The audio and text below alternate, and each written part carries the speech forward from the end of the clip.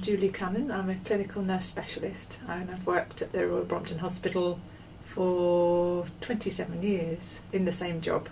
Where did you train? I trained at UCH, University College Hospital. Was it specialist cardiac nurse training? No, that was my general nurse training. I was an intensive care nurse for 10 years before I applied for this job. That was a very, very different sort of job to what I'm doing now. So my current job is looking after patients with occupational lung disease and investigating them, supporting them, that sort of thing. So it's very, very different to intensive care. Very different. What would that be then? If you were a miner, you would be developing lung conditions from mining? Yes. We look after anybody with a lung disease that's caused by their work, so we kind of investigate people. So, for example, we see people like miners, not many miners these days, but people who've worked with asbestos, coal dust. A big proportion of our work is investigating people who have a suspected allergy to something that they work with, and that can cause them to have occupational asthma. A large part of my job is investigating those sorts of patients. But there are many different occupational lung diseases that we see, and also we look after patients who've got a lung disease caused by the environment, which is not necessarily their work. It could be something in their home environment. One of our biggest patient groups are bakers that get allergic to the flour that they're working with. They get something called baker's asthma, and that's one of the biggest groups that we see.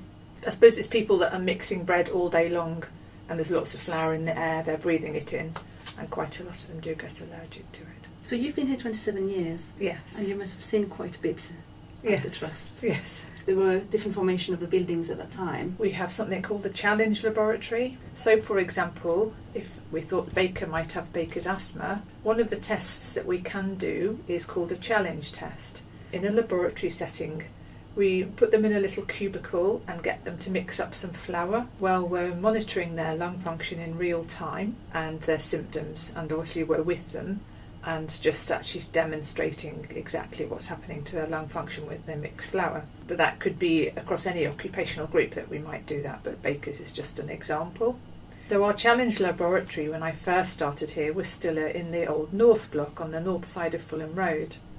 Now most of North Block had been decanted out by that stage to the South Block. All the wards had gone, and the last room that was still in that building was our challenge laboratory. Because I think technically it took a long while to set up a new challenge laboratory and its current site, which is in the Fulham Road building, because it had to have extraction and ventilation to take any noxious fumes out. So technically it was a bit more engineering involved to move it over, so it was the last room in that block. So when I first started, my patients had been moved over to the ward, but we had to go over to do the challenge testing in the North Block. That was slightly spooky because it was literally the last room in that building that was still operational. So it was very lonely over there. The corridors were all dark and it had kind of an air of an abandoned building about it. And one day I came in and a pigeon had got in and was flying around in the corridor. Because there was nobody else there, and if somebody left a window open or whatever, and sometimes the light bulbs didn't work and had to try and get them replaced, but because it was kind of semi-abandoned, it was difficult to do maintenance over there. We only went over there to do these tests, we weren't over there all the time. I had to carefully escort my patients over the road. I think we had a tunnel. Yeah, I think we had a tunnel to the North Block. Yes, we did, that's right. So you had to take them through the tunnel and up through the stairs. And there was a beautiful old chapel over there. Of course, now that block is an amazingly gorgeous block of very expensive flats. But I can still see the window on the Fulham Road where my challenge lab was, and I often look up there and remember that challenge lab from those days. Do you have any photographs of that? No, I should have taken some, shouldn't I?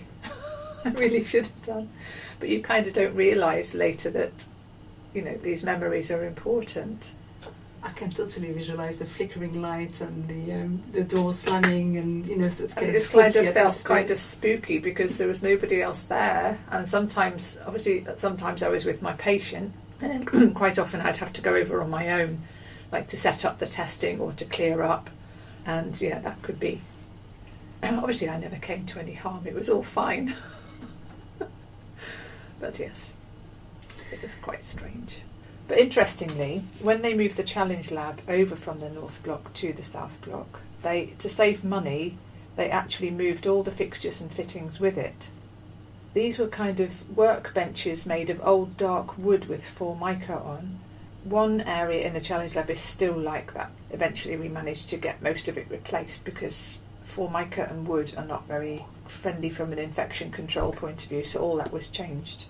But the area where we still prepare the chemicals and the solutions for the testing is still the original that came over from the North Block, which is basically a fume cupboard, and the fume cupboard area is still exactly the same from those. Yes, it looks well used. Vintage. Yeah, it's vintage. And what about gratitude? Do patients ever express gratitude for finding out what's wrong with them suddenly, or...? It's a mixed blessing for patients, isn't it? Because patients are very appreciative of our service because we do give them a lot of time. We try and do as many tests as we can on the day. And sometimes we'll do a workplace visit if we need to have a deeper understanding of the patient's working environment. And I think the patients are very grateful that we go to that amount of trouble for them, because quite often they might have been struggling with symptoms for a while and nobody seems to be listening to them or taking too much notice of them. So they are grateful that we go into it in a lot of detail and we're very supportive of them. But obviously they're also quite often upset that they've got this condition, and it means difficult answers as regards their future career. But we'll support them through that. They can claim industrial injuries benefit, which we will give them advice about, and we'll support them as much as we can by liaising with the workplace. Obviously we don't have any control over what happens in the workplace, but we do liaise closely and try and get the best outcome for them that we can and support them through that. How did you get interested in your current work then? During the degree I got quite interested in the causes of ill health, and I just saw this job advertised and I thought it looked really interesting, so I applied for it and I got it. I'm glad I did, because it's a very nice place to work. I think that's why a lot of people have stayed in this trust for a long time. There's quite a lot of people who've been here even longer than me. I guess it's because it's a nice place to work. Nice colleagues, nice people. And impactful. Yeah, well hopefully we make a difference to patients' lives. I think we do.